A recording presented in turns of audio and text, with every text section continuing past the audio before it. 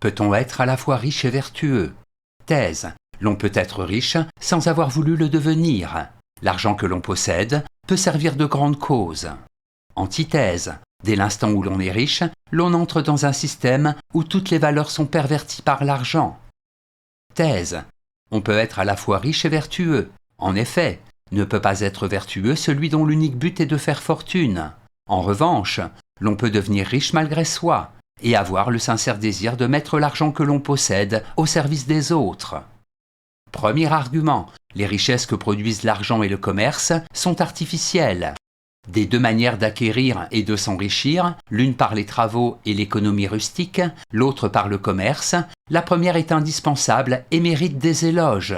La deuxième, en revanche, n'est pas exempte de reproches, écrit Aristote dans la Politique. S'enrichir ne doit pas être un but en soi, mais un moyen de subvenir aux besoins de la communauté. Deuxième argument, la richesse peut être la conséquence de travaux utiles à tous. Dans le domaine des sciences et des techniques, il est des découvertes qui ont rapporté beaucoup d'argent à leurs auteurs. Thomas Edison, l'inventeur, entre autres choses, de la lampe à incandescence, a fait fortune, non en préférant l'argent à la vertu, mais en offrant aux hommes un moyen sûr et peu coûteux d'éclairer les villes et les maisons. Troisième argument, l'injustice est le pire des maux. Comme le dit Démocrite, gagner de l'argent n'est pas chose inutile, mais si l'on y arrive par l'injustice, c'est le plus grand des maux. L'atomisme ancien, fragments et témoignages. Une autre forme d'injustice, un autre manquement à la vertu, est d'être riche en ne faisant rien pour venir en aide à ceux qui ne le sont pas, à ceux qui auraient besoin d'argent pour réaliser leurs idées. En bref, le fondateur d'un institut fabriquant des vaccins permettant de sauver des milliers de vies humaines peut être riche et cependant vertueux. Sa fortune ne repose pas sur le calcul et l'injustice. Antithèse, on ne peut pas être à la fois riche et vertueux. En effet, être riche, accepter de l'être, revient toujours à cautionner un système économique qui est par essence vicieux, puisqu'il autorise de grandes inégalités entre les fortunes et pervertit les valeurs morales. Premier argument, il est indécent d'être riche. Selon Xénon, la vertu est une disposition en accord avec l'harmonie commune. Diogène Laërce, Vie, doctrine et sentence des philosophes illustres. Il ne peut pas y avoir d'harmonie à partir du moment où il y a inégale répartition des richesses. Être riche, c'est accepter comme un fait de nature la pauvreté des autres. Deuxième argument, l'argent ne permet pas d'établir une échelle de valeur morale. Thomas More, dans Utopie, écrit « Là où tout le monde mesure toute chose par rapport à l'argent, il est à peine possible d'établir dans les affaires publiques un régime qui soit à la fois juste et prospère. Le riche évalue les qualités d'autrui relativement à ce qu'il possède, et non par rapport à ses qualités intellectuelles et morales. » Troisième argument, richesse et vertu s'opposent radicalement. L'argent est ce qui transforme la fidélité en infidélité, l'amour en haine, la haine en amour, la vertu en vice, le vice en vertu, le valet en maître, le maître en valet, la bêtise en intelligence, l'intelligence en bêtise.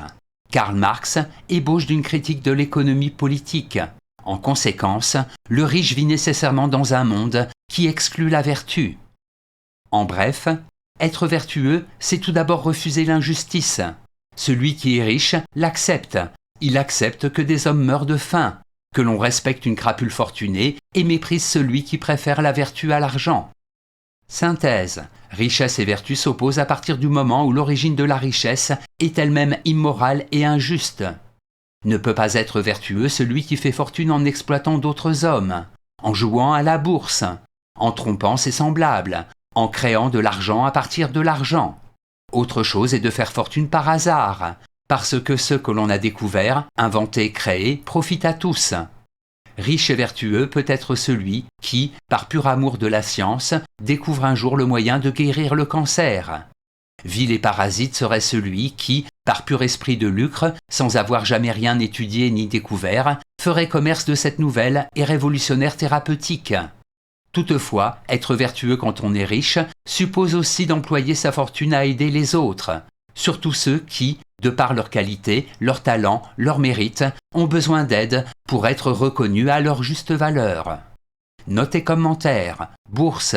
Il ne peut pas y avoir de moralité des opérations boursières. Quand j'achète une action, j'achète le travail d'autrui. De manière détournée, je ne suis ni plus ni moins qu'un esclavagiste. Celui qui joue en bourse ne produit rien. Pourtant, il peut gagner infiniment plus que ceux qui cultivent la terre et lui permettent de manger chaque jour. Citation. Mais le riche, et il ne s'agit pas de faire de comparaisons haineuses, est toujours vendu à l'institution qui fait sa richesse. On peut dire, dans l'absolu, que plus il a de l'argent, moins il a de vertu. Car l'argent s'interpose entre un homme et ses objets, et les lui obtient, et ce ne fut certainement pas une grande vertu de le gagner. Henry David Thoreau, La désobéissance civile.